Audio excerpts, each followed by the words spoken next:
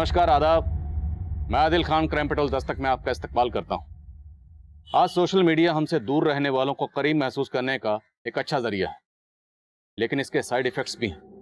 क्योंकि आज जिस केस का जिक्र हम करने वाले हैं उसमें सोशल मीडिया एक तारीखी केस का जरिया बना था। एक ऐसा गुनाह हुआ था जिसे लाखों आंखों ने देखा था। अब किन आंखों में शर्म थी और किन आंखों में तरस की नमी, यह तय कर पाना हमेशा मुश्किल होगा। और इस केस में मेरे सामने जो मुश्किलें आई उन्हें अंजाम तक पहुंचाना और भी मुश्किल था, क्योंकि इस केस का आगाज भी दिल दहलाने वाला था और अंजाम भी सहमा देने वाला। मम्मा बोलो, मम्मा। पापा बोलो, पापा बोलो, बोलो बोलो पापा। ताऊ बोल बेटा, ताऊ ताऊ। अले ले, अभी तो बहुत छोटा है तू तो है, अभी तो नहीं बोल पा रहा है। बड़ा हो गया ना खूब बोलेगा, अपनी माँ की तरह, अपनी माँ की तरह। तेरे ऊपर ही जाने वाला है। अम्मा, चाय वाय मिलेगी? दूध फट गया, चाय पीनी तो पहले दूध लेके आ जा। अरे अम्मा, थका माना चला रहा हूँ, तू चली जाना बाहर, जाके दूध ले आ। थोड़ी वर्जिश हो जाएगी तेरी। 8 महीने से वर्जिश तो कर रहे हैं हम। ज्योति की डिलीवरी के वक्त से पहले तेरी बीवी अपने मायके गई और आज तक न लौट के आई। अम्मा, उसका नाम लेके काहे मूड खराब कर रही हो? साफ साफ बोलो, चाय नहीं मिलेगी, समझ जाएंगे। माँ जी, हम दूध लेकर आते हैं, आप जरा बंटी को देखिए। अरे ज्योति! माँ जी, मैं अभी आई बस। शर्म तो ना आ रही होगी ना तुझे? मर्द के होते हुए बहू दूध लेने गई है बाहर, बेशरम ना हो तो।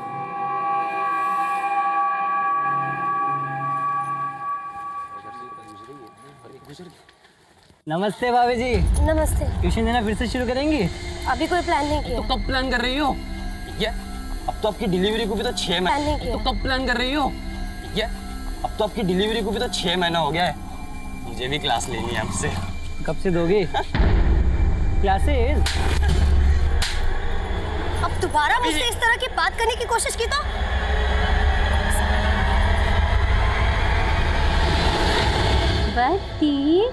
बंटी को बुक्का लग गई। मम्मा भी आएगी। दादी और पोते के बीच खेल हो रहा है। आ गए। देखो बेटे, भी पापा आ गए ना।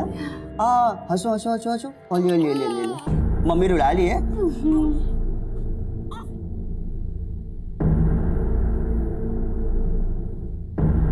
ज्योति, क्या हुआ? अपसेट दिख रही हो। होना क्या था, वही मोहल्ले के लड़के आज फिर उन्होंने मेरा रास्ता रोका। तुम्हें बोला था ना कि बाहर अकेले मत जाया करो। ये बात तुम अपने भाई से क्यों नहीं कहते हो? माँ को बोल रहे थे दूध लाने के लिए, उन्हें तो शर्म आती नहीं है, तो मैं ही चली गई। भैया, आप दूध लेने क्यों नहीं गए? अच्छा, तो भर देना कान तेरी बेबी ने तेरे।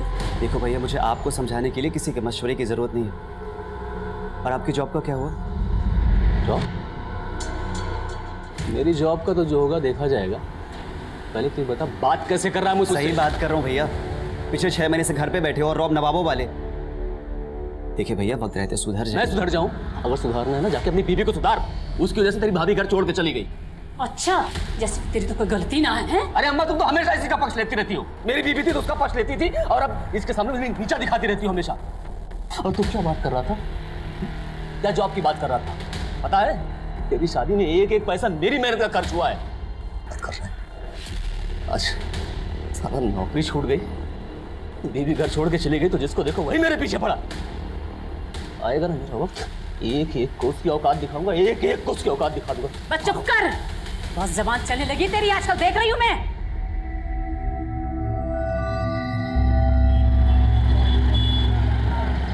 जल्दी बैठो भैया, जल्दी बैठो, टाइम नहीं है इतना जल्दी, दब के बैठो भाई, जल्दी बैठो। हेलो गाजियाबाद, गाजियाबाद।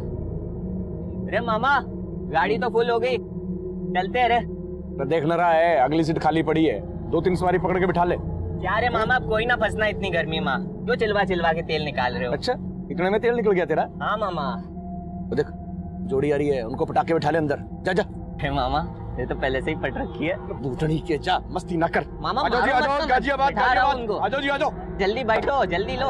बैठो बैठो बैठो सर, बैठो बैठो मैडम, बैठो बैठो। चलो चलो चलो चलो मामा, ले चलो चलो चलो। ज्योति, हाँ संजय की बीवी ने खाना बहुत अच्छा बनाया था ना? हाँ, बहुत अच्छा खाना था। सुनो, हाँ। हम ऐसा करते हैं कि अगले संडे को उनको अपने घर खाने पे इनवाइट करते हैं, ठीक है ना? ठीक है। अरे बस चाचा पियेंगे आराम से। बड़ा किस्मत वाला है संजीव जो तुझे कसम देने वाली मिल गई।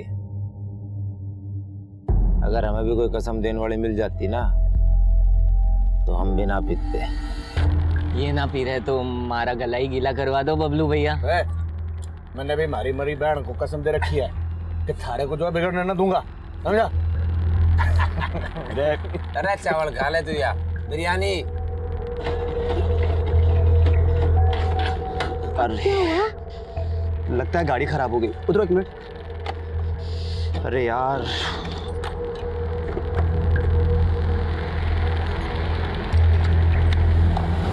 नवीन रोक। पीछे ले। बस। क्या हुआ भाई साहब? अरे भाई साहब, गाड़ी खराब हो गई हमारी। अरे यहाँ तो आसपास मैकेनिक भी ना मिलेगा। कहाँ जाना है वैसे आपको? बस यही गोविंद नगर तक जाना था भैया जी। तो बाइक यहीं साइड में खड़ी कर दो, आप दोनों गाड़ी में बैठ जाओ, पीछे खाली है। नहीं भाई साहब, आप लोग टेंशन मत लीजिए, हम लोग मैनेज कर लेंगे। अरे कैसे मैनेज करोगे? यहाँ आसपास कोई मैकेनिक ना है और हाथ में बच्चा भी है। तो बैठो, छोड़ देंगे, आ जाओ। ज्योति, ये लोग सही कह रहे हैं, हमारे पास कोई ऑप्शन भी नहीं है। मुझे कुछ ठीक नहीं लग रहा है और शायद इन लोगों ने पी हुई भी है। तुम देखो ना भाई। मैडम जी, इतने भी बुरे लोग ना हम। देखिए भाई साहब, हमने कह दिया ना कि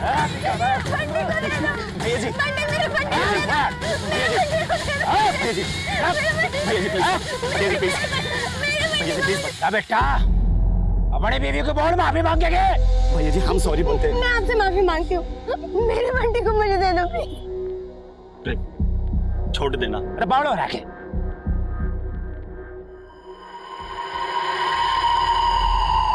लेते तार, कपड़े उतार, कपड़े उतार।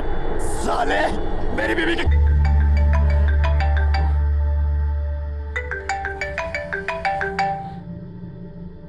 हेलो।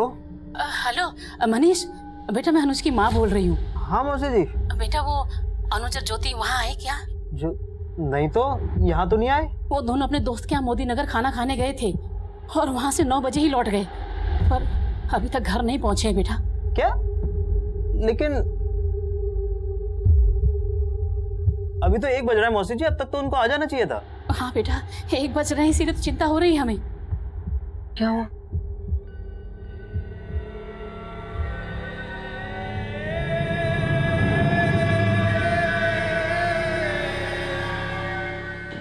हेलो। हाँ बेटा। हाँ मौसी जी, वो ज्योति और अनुज के बारे में कुछ पता चला? नहीं बेटा, उमेश भी 2 घंटे से ढूंढने गया है उनको। अब उमेश भी मेरा फोन नहीं उठा रहा है, मुझे बड़ी चिंता हो रही है बेटा। मौसी जी, बस मैं यहाँ से निकल ही रहा हूँ। ठीक है बेटा, तुम जल्दी से आ जाओ।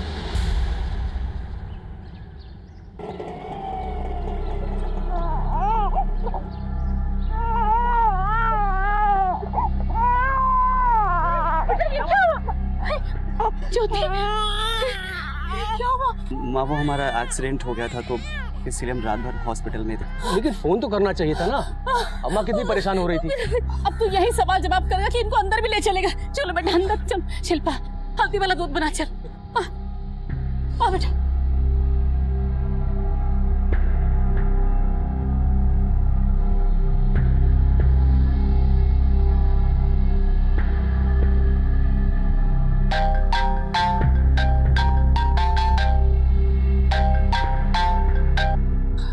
हेलो। अरे कैसा है भाई?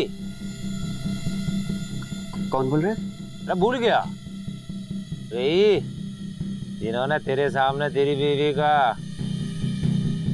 अरे चुप क्यों हो गया? पुलिस में जाने की तो नहीं सोच रहा? पुलिस ना पकड़ पावे हमें। और ध्यान रखिए, पुलिस में जाने की कोशिश की ना तो तेरी बीवी की वीडियो ना इंटरनेट पर अपलोड कर देंगे। नहीं, प्लीज आप लोग ऐसा मत करना। हम किसी को कुछ नहीं कहेंगे। लेकिन प्लीज आप लोग वीडियो अपलोड मत करना। ठीक है, हम भी नहीं करेंगे, और तू भी ना बताइए किसी को। और अगर तूने थोड़ी सी भी होशियारी की ना, रेप का तो तेरी बीवी का रेप किया था, अगली बार जान तो मार देंगे।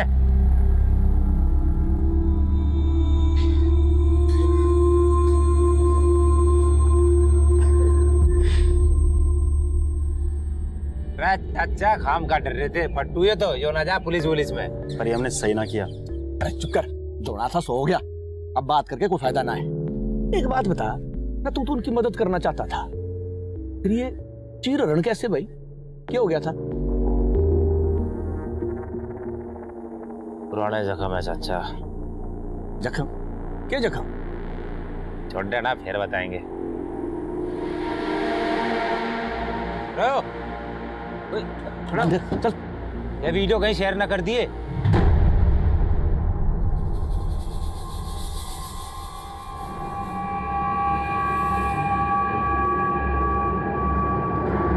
बात बात पे video. Ankit please stop. Deepti, ये मोबाइल कैमराज इसलिए बने हैं ताकि हम जैसे पति पत्नी इसमें अपना हर पल रिकॉर्ड करके रख सकें। लाइफ के सिर्फ प्राइवेट मोमेंट्स रिकॉर्ड नहीं करने चाहिए। तुम तो ऐसे कह रही हो जैसे मैं ही किसी के साथ शेयर करने वाला हूँ। मेरी माँ ने पति देव, अरे अगर आपका ये फोन खो गया तो, इसीलिए ऐसे मोमेंट्स सिर्फ मेमोरीज पे होने चाहिए, फोन में नहीं।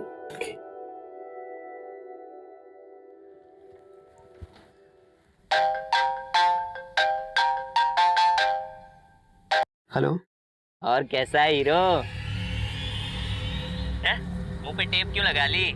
भूल गया क्या क्या किया था हमने तेरी बीवी के साथ? आप फोन क्यों किया? मैंने बोला था ना कि मैं किसी से कुछ नहीं कहूंगा। तो मालूम है रे, तेरी हिम्मत ना है कुछ करने की, लेकिन अब पैसा चाहिए मुझको। पैसा? हाँ, 50,000। 50,000?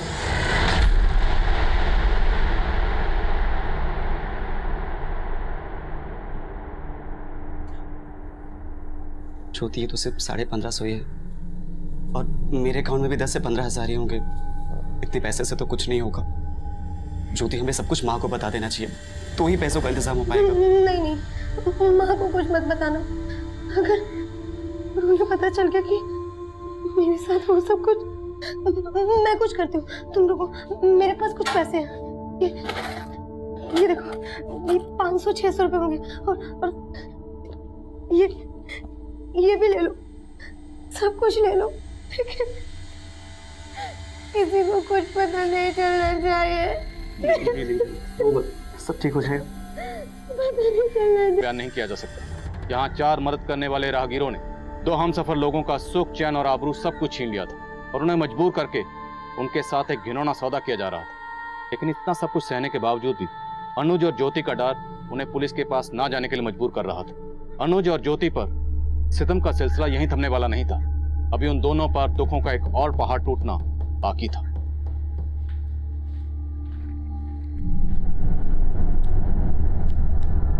बंटी, बंटी, बंटी, बंटी, अनुज, बंटी, बंटी, अनुज। क्या हुआ ज्योति? नहीं ना, अनुज, बंटी। बाबू, पापा आ गए। नहीं देखो, बोल नहीं रहे।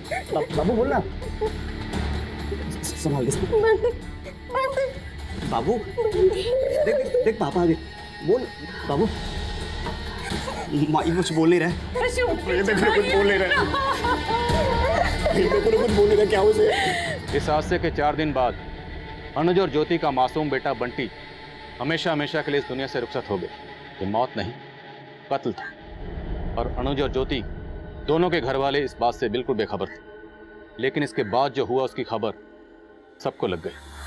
एक चौंकाने वाली खबर सामने आई है। सोशल मीडिया पर एक लड़की के गैंग रेप का वीडियो वायरल हो रहा है, जिसने सबको हिलाकर रख दिया है। इस दिल दहला देने वाली खबर के सामने आते ही हादसे के पीछे की जांच के लिए एक SIT स्पेशल इन्वेस्टिगेटिव टीम का गठन किया है, जिसकी अगुवाई यूपी के ACP आदिल खान को सौंपी गई है। जी सर, फिलहाल हम इस बात पे फोकस कर रहे हैं कि वीडियो रिकॉर्ड किस एरिया में किया गया।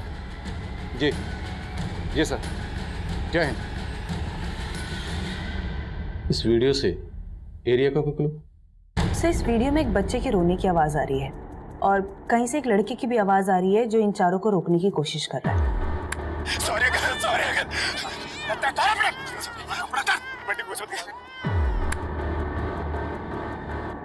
माँ बाप और बच्चे को टारगेट किया गया और बच्चे को मारने की धमकी दे रहे हैं। और ये वर्ड क्या बोला ना?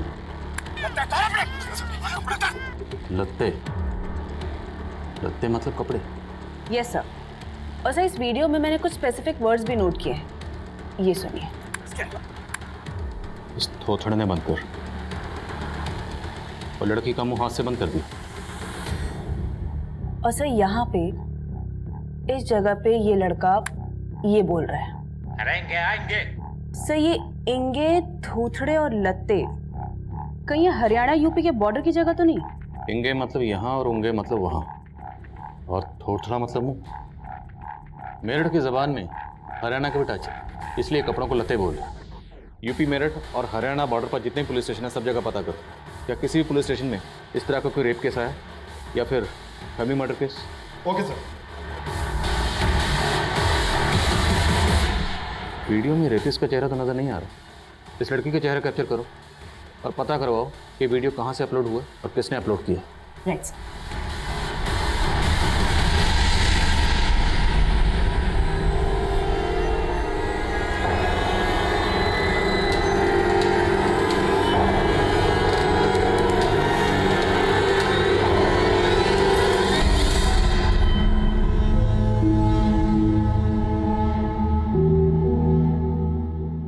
ज्योति, 3 दिन से तुमने कुछ खाया नहीं है, लो कुछ तो खा लो।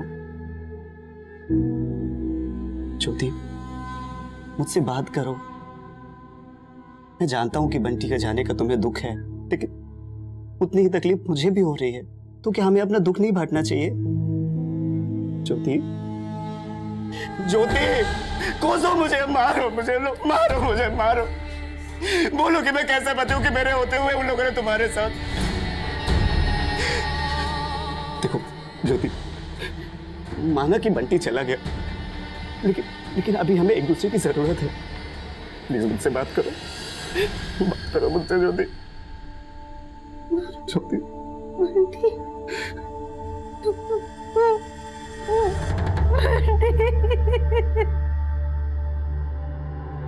क्या बकवास कर रहे हो? ऐसा हो ही नहीं सकता। अरे क्या हुआ? किसका फोन था? कोई आदमी मेरे को फोन कर।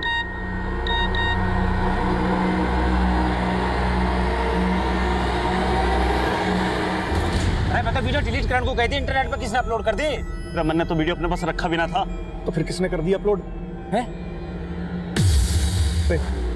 तने अपलोड किया है? ना मामा। किसने की? बोलता ना, इधर बोल, किसने की है? ना मामा, मैंने वीडियो अपलोड ना की। तुमने ना की तो किसने? मैंने तो बस अपने 1-2 दोस्तों को भेजी थी मामा।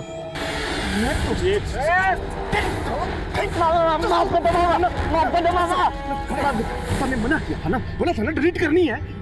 मामा एक और गलती हो गई हमारे से। क्या कर दिया अब? उस लड़के को धमका के उससे पैसे मांगे थे मैंने। कितने पैसे मांगे थे? 50,000। वीडियो इसी के दोस्तों ने अपलोड किया है, पुलिस पकड़ लेगी हमें अब। अरे तेरे पहले 10 लग जा यार, घबराने की कोई जरूरत नहीं है। हम ना दिख रहे वीडियो में, डरने की कोई जरूरत ना। बस एक काम करते हैं, थोड़े दिन के लिए छुप जाते हैं, समझिए? चलो और संभाल अपने भांजे को। सर हमने उस इंस्ट्रूमेंट के बारे में पता करने की कोशिश की जिससे वो रेप वीडियो बनाया गया। बस ये पता कर पाना बहुत मुश्किल है, लेकिन फिर भी हमारी टीम लगी हुई है। और हाँ सर, ये रेप वीडियो मैसेज के जरिए बहुत सारे नंबर पे स्प्रेड आउट हुए हैं, लगभग 500 से ज़्यादा। और सर अभी और भी नंबर मिलने के चांसेस हैं। तो सर ये बता पाना बहुत मुश्किल है कि वो रेप वीडियो सबसे पहले कौन से नंबर से स्प्रेड आउट हुआ। विक्टिम लड़की की वो तस्वीर? सर इस वीडियो से मैंने विक्टिम लड़की की ये तस्वीर निकाली है, ये देखिए। इस तस्वीर को यूपी और हरियाणा के सभी पुलिस स्टेशन में सर्कुलेट करो। अपलोडर का पता करने के साथ साथ हमारे लिए इस विक्टिम लड़की की पहचान पता करना भी जरूरी है।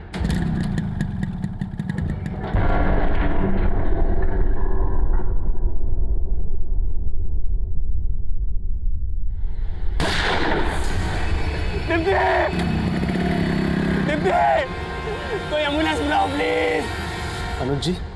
ज्योति के साथ इतना सब कुछ हो गया और इतनी बड़ी बात आपने हमसे छुपाई। और मौसी जी, आप तो सब कुछ जानती थी, आपने क्यों कुछ नहीं बोला? मनीष बेटा, अनुज ने हमें खुद से कुछ बताया ही नहीं, तो हम तुम्हें क्या बताते? हाँ तो क्या बताते? क्या होता बता के? हाँ क्या होता? अरे बहुत खतरनाक लोग हैं वो। हमारा मान सम्मान, हमारा बेटा, सब कुछ छीन लिया मुझसे।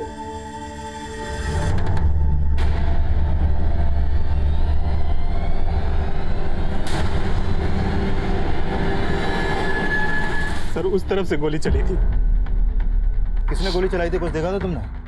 नहीं सर, लेकिन 2 दिन पहले हम रुस्तम बाजार में थे, तब भी ऐसे ही गोली चली थी। हो सकता है उस दिन भी किलर दीप्ति को ही मारने आया होगा, लेकिन उस दिन हमें नहीं लगा वो दीप्ति को ही टारगेट कर रहा है।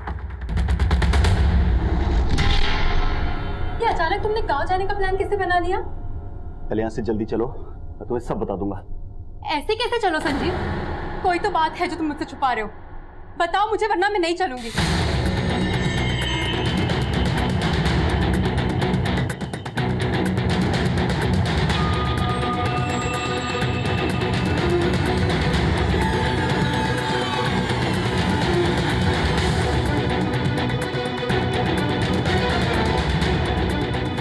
इसका नाम ज्योति शर्मा है। 16 अप्रैल की रात को ज्योति शर्मा, इसका पति अनुज शर्मा और इनका 6 महीने का बेटा बंटी शर्मा मेरठ के हाईवे के पास एक हॉस्पिटल में इन्होंने विजिट किया था। हॉस्पिटल अथॉरिटी ने पुलिस वालों को भी बुलाया था। मोदी नगर थाने का एक कांस्टेबल भी वहां गया था।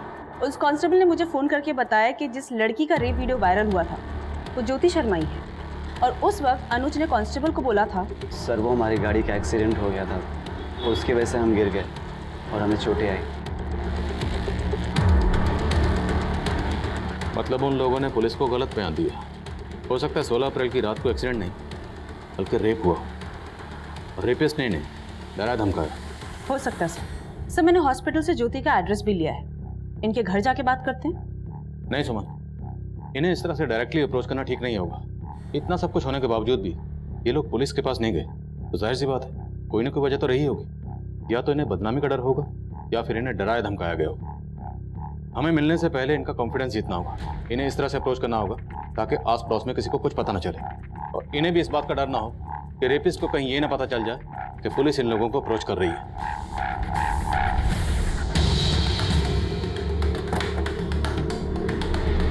क्या हुआ था? सर हम दोनों यहाँ से फ्रूट खरीद के जा रहे थे और वहाँ हमारी स्कूटी खड़ी थी सर।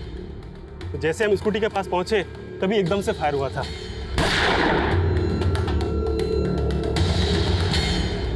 कुमार, यहाँ आसपास में सबसे पूछताछ करो और इस एरिया में जितने भी सीसीटीवी हैं सबको स्कैन करो। वो सूर्य कहीं ना कहीं तो कैप्चर हुआ होगा। जी सर।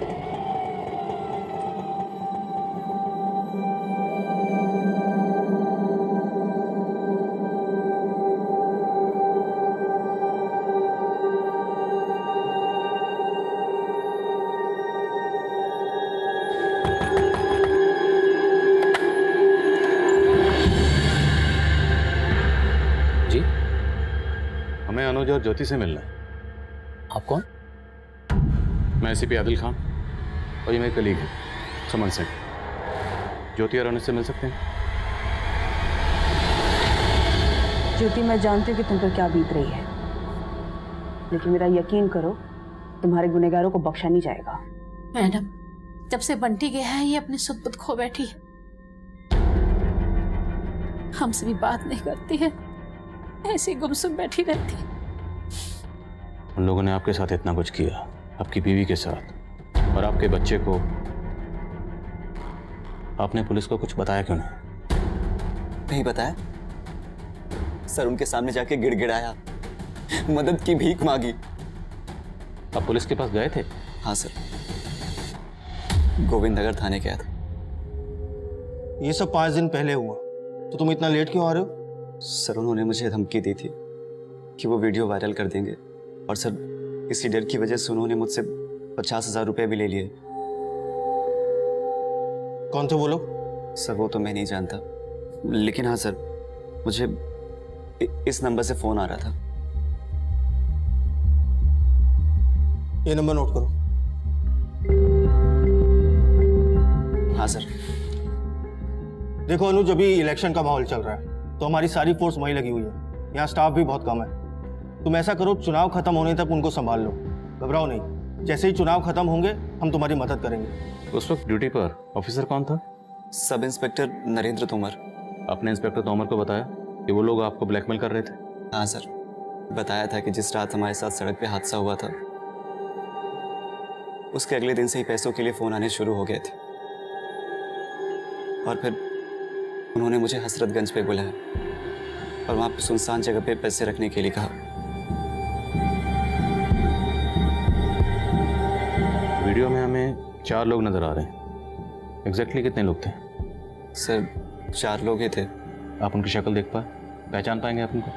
नहीं सर, एग्जैक्टली तो मुझे याद नहीं है, लेकिन हाँ सर, 2 लड़के 30 साल के थे, एक 40 से 45 साल का रहा होगा, और हाँ सर, एक 17 से 18 साल का लड़का भी था। गाड़ी का नंबर कुछ याद आप? गाड़ी का नंबर तो याद नहीं है, लेकिन हाँ येलो नंबर प्लेट की गाड़ी थी, और हाँ सर गोल्डन कलर की थी। अच्छा, जिस नंबर से आपको ब्लैकमेल के लिए कॉल आ रहे थे वो नंबर दीजिए। जी सर। सर ज्योति से मैंने हर पॉसिबल तरीके से बात करने की कोशिश की, कुछ भी नहीं बोल रही है, बहुत गहरे सदमे में है।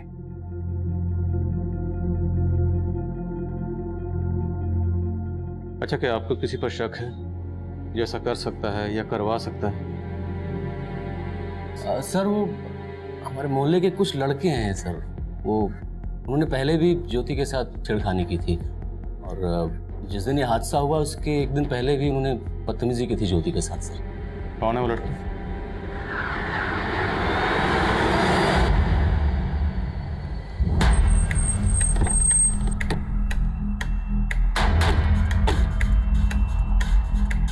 नहीं सर, इस रेप केस के बारे में मैं कुछ नहीं जानता।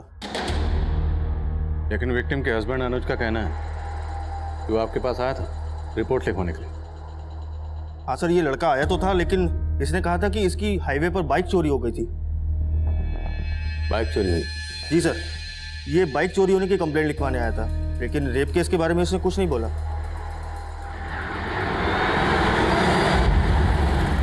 सर दीप्ति पे जो 2 इलाकों में गोली चली थी, उन दोनों जगहों में हमने अच्छे से पूछताछ की, लेकिन शूटर का कोई लीड नहीं मिल रहा सर। कुमार, और शूटर तक पहुंचने के लिए हमें पहले दीप्ति के मर्डर का मोटिव समझना होगा।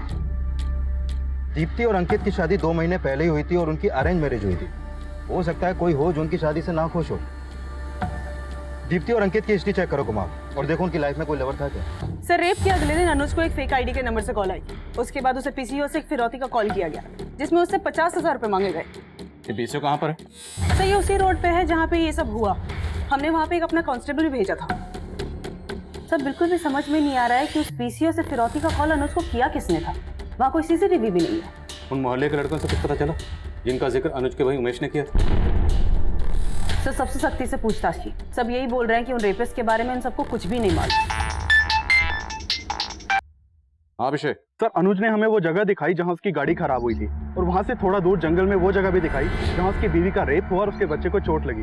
तो हमारी टीम आसपास पूछताछ कर रही है, लेकिन रेपिस्टों के बारे में अभी तक कोई लीड नहीं मिला। और वो जगह जहाँ रेपिस्ट ने अनुज को 50,000 के साथ बुलाया था? सर वहाँ भी कुछ पता नहीं चला। और सर ये तीनों जगह ऐसी हैं जहाँ दूर दूर तक सीसीटीवी का कोई साइन नहीं है। अनुज ने बताया था कि रेपिस्ट के पास गोल्डन कलर की गाड़ी थी। हादसे वाली जगह के आसपास पता करो, कोई सीसीटीवी है?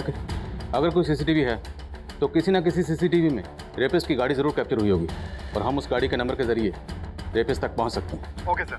तुझे अब भी भरोसा है पुलिस वालों पर? अरे कुछ नहीं करने वाली है पुलिस, खाना पूर्ति करने आई थी, करके चली गई। तुझे पता है ये पुलिस वाले मिले होते क्रिमिनल से। एक काम करते हैं, मीडिया का सहारा लेते हैं। कैसी बात कर रहे हैं तू? दुनिया के सामने तमाशा बन जाएगा हमारा। अरे तमाशा बनने में बाकी क्या रह गया अम्मा? अनुज, हमें पुलिस को बेनकाब करना होगा। उन लोगों ने ज्योति का वीडियो वायरल किया था ना, अगर ज्योति मीडिया के सामने आके स्टेटमेंट देगी ना तो पुलिस वालों के पसीने छूट जाएंगे। लेकिन भैया अभी तो ज्योति, मैं बात करता हूँ उससे। हाँ?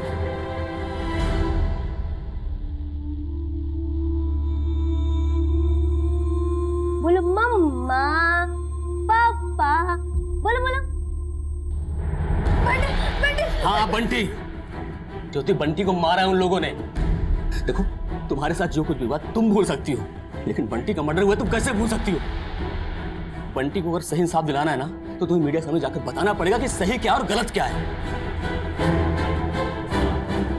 जी हम समझते हैं, और जो आपके साथ हुआ उसे बयां करना बिल्कुल भी आसान नहीं है, लेकिन अगर आप चाहें तो हमारे दर्शकों के साथ अपनी आप बीती शेयर कर सकते हैं ताकि उनको भी पता लगे कि आप किस हालात से गुजर रहे हैं। मैं इतना ही कहना चाहूंगी कि जो मेरे साथ हुआ वो किसी लड़की के साथ नहीं होना चाहिए, किसी माँ के साथ नहीं। देखिए हम समझ सकते हैं आप किस दौर से गुजर रहे हैं, आप थोड़ा धैर्य रखें। मैं आपसे पूछना चाहूंगा, जैसे कि आपने बताया वो आपको ब्लैकमेल भी कर रहे थे, तो आपने ये सब बातें गोविंद नगर के सब इंस्पेक्टर नरेंद्र ज्योति ने हमसे कुछ नहीं बोला, लेकिन मीडिया के सामने स्टेटमेंट दे रही है। वहीं एसआई तोमर ने कहा कि अनुज ने रेप का कोई केस ही फाइल नहीं किया। लेकिन ज्योति और अनुज को मिलकर ऐसा लगा नहीं कि वो झूठ बोल रहे। आई स्ट्रांगली फील कि सब इंस्पेक्टर तोमर झूठ बोल रहा है।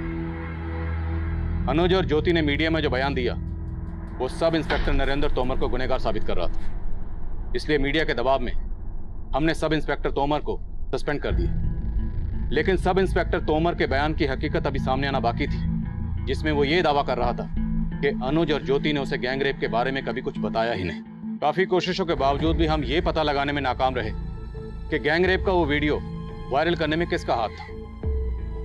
मीडिया में बयान देने के बाद हमने ज्योति को हमसे बात करने के लिए कन्विंस कर लिए। क्या तुम उन चारों में से किसी एक का भी स्केच बनवाने में हमारी मदद कर सकती हो? उससे उनको पकड़ने में हमें बहुत बड़ी हेल्प होगी।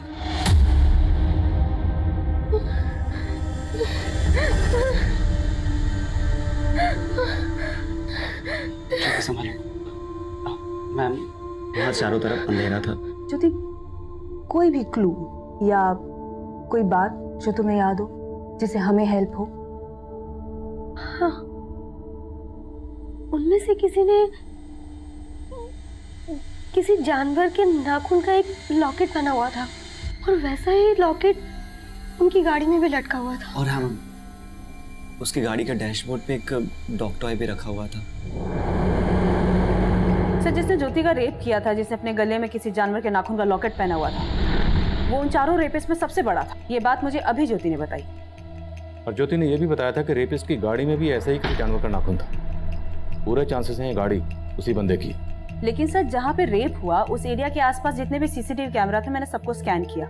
सभी सीसीटीवी कैमराज में बहुत सारी गोल्डन गाड़ियां दिख रही हैं। इससे हमें कोई लीड नहीं मिलती है। अनुज ने बताया था कि रेपिस्ट की गाड़ी की नंबर प्लेट येलो कलर की थी, कमर्शियल। अब हमें सिर्फ गोल्डन कलर की उन गाड़ियों पे फोकस करना है जिनकी नंबर प्लेट येलो कलर की है और जिसमें किसी जानवर का नाखून। सर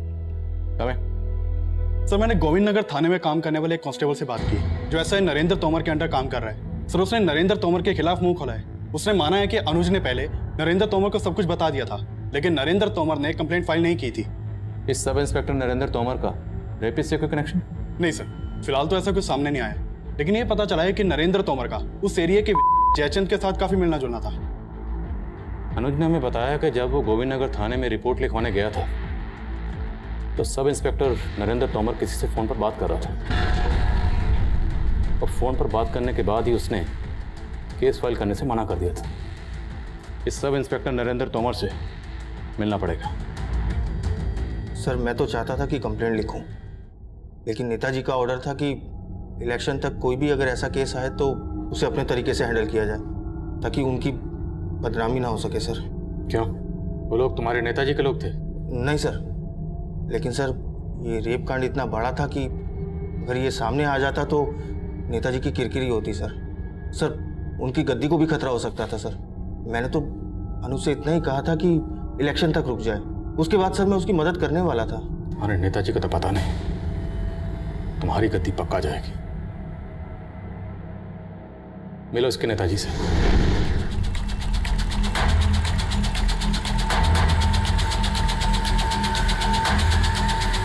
सर, मैं विधायक जयचंद से मिला था, लेकिन लगता नहीं कि वो अपने मुंह से कुछ उगलेगा। पॉलिटिशियन है, इतनी आसानी से तो उगलेगा नहीं। एक काम करो, जिस वक्त ये रेप हुआ था नेताजी की सारी एक्टिविटीज चेक करो। सर, मैंने उन सभी नंबर्स को स्कैन किया जिनसे वो रेप का वीडियो स्प्रेड आउट हुआ था, और इन सभी नंबर्स में मैंने एक नंबर को जीरो डाउन किया। तो पता चला वो नंबर इस विवेक नाम के लड़के का है। इसका वो रेप का वीडियो इसी विवेक के अकाउंट से एक फ्रेंडबुक अकाउंट पे अपलोड किया गया था और इसी फ्रेंडबुक अकाउंट से जितने भी सोशल नेटवर्किंग साइट है वहां पर वो रेप का वीडियो वायरल हुआ।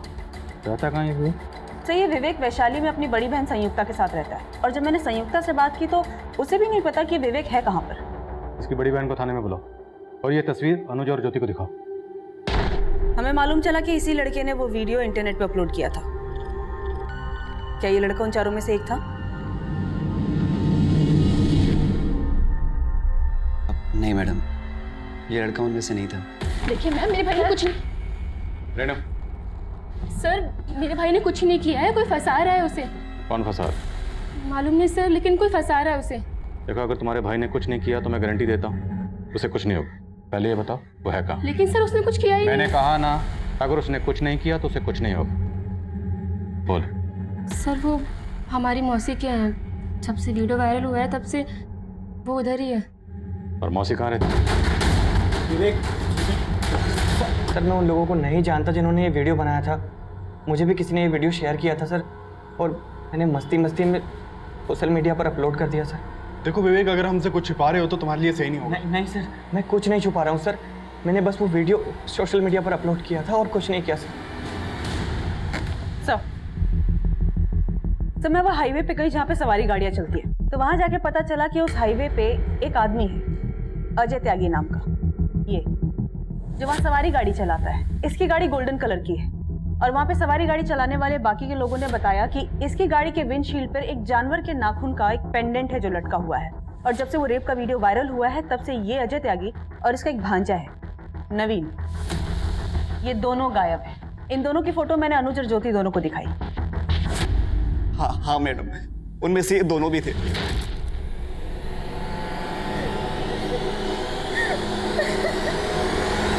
मैंने इन दोनों का बैकग्राउंड स्कैन किया तो पता चला इनका एक दोस्त है बबलू।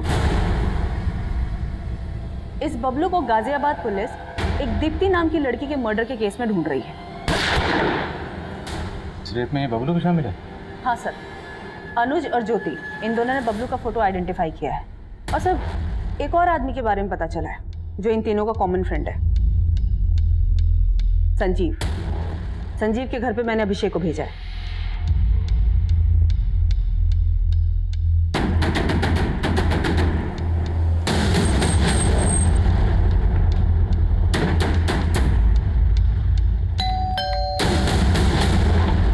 संजीव कहाँ है?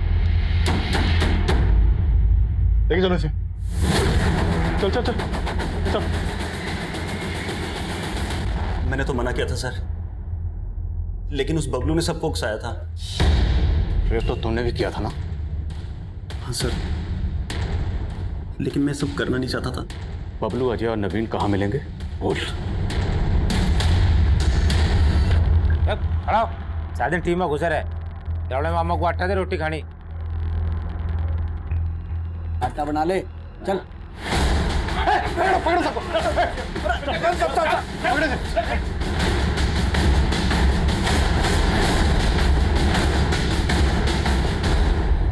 साहब, मैंने ना पता था कि वो कांड करेंगे, लेकिन सब जो है बबलू की वजह से हुआ है। हाँ साहब, ये ना हटता तो हम कुछ ना करते उनके साथ साहब। बोल बबलू,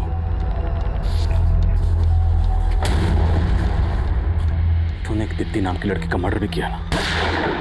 और कौन कौन सा कांड किया है? बोल। मैंने कुछ नहीं किया सर जी, वो सब दीप्ति के कारण हुआ है। दीप्ति के कारण? साफ साफ बोल। बहुत प्यार करता था सर मैं दीप्ति से, लेकिन उसने मुझे धोखा दिया और अंकित से शादी कर ली और अजात से नफरत हो गई मुझे।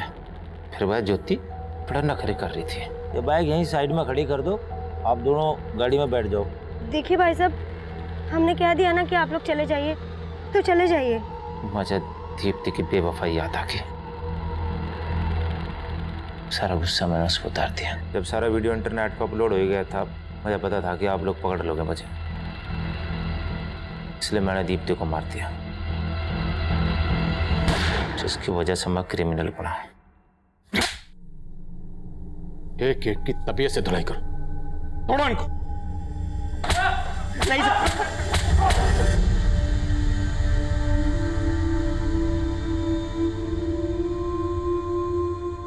अजय, नवीन, बबलू और संजीव, ये चारों तो इस केस के गुनहगार हैं ही, लेकिन साथ ही वो लोग भी गुनहगार हैं जिन्होंने इस सेंसिटिव वीडियो को अपने मोबाइल पर देखा और पुलिस को इत्तला नहीं दी।